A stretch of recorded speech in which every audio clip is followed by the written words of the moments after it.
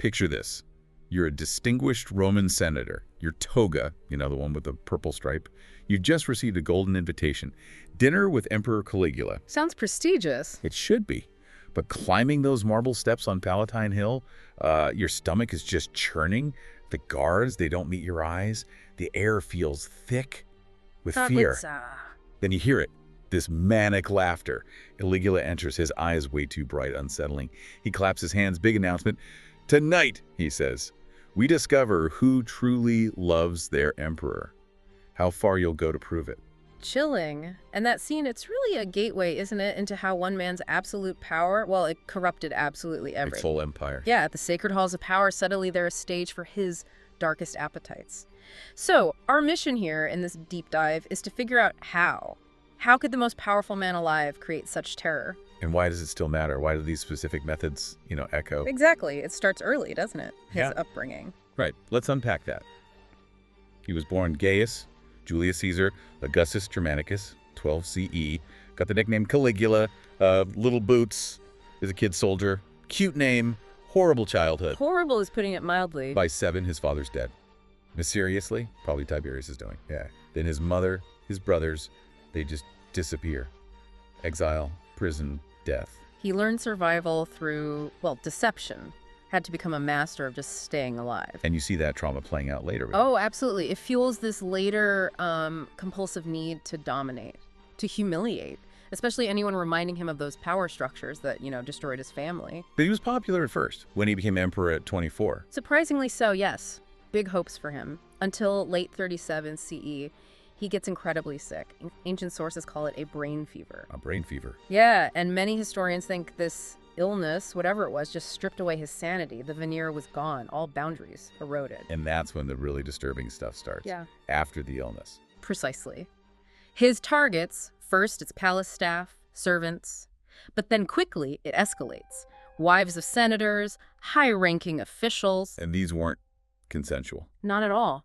He'd force these proud Roman matrons, respected women, into these deeply degrading sexual acts. It was psychological torture designed to break their spirit. Just break him completely. It wasn't just random cruelty, Caligula was methodically using sex as a weapon.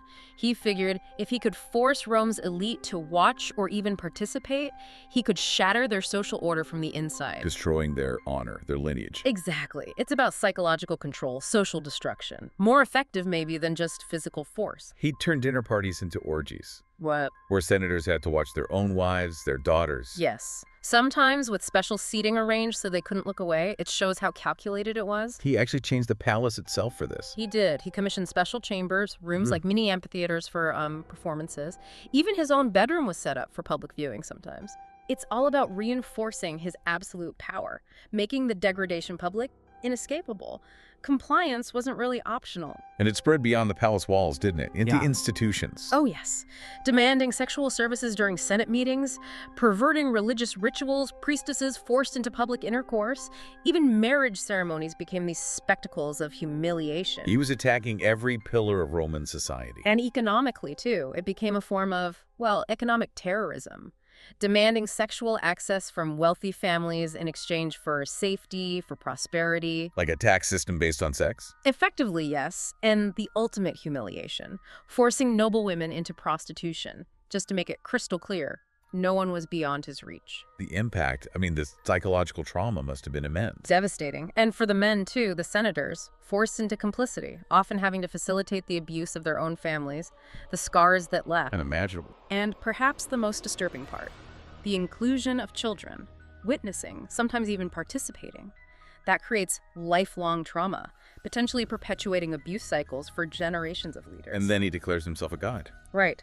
Formalizing these acts as a religious devotion. His reign ended violently, though, assassinated in 41 CE. But the story doesn't end there, does it? No.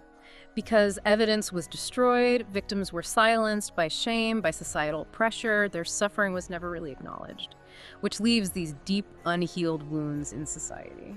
So wrapping this up, what does it all mean for us now? Caligula's palace, it's this chilling reminder, isn't it? How absolute power corrupts so fast. so deeply. And how those scars can run through a society for generations. It really brings up a crucial question. Which is? This kind of systematic abuse by those in authority. It isn't just some ancient horror story, it's a pattern. So what lessons do we take from those Palatine ruins about power, control, exploitation, dynamics that seem disturbingly consistent whenever humans get unchecked power?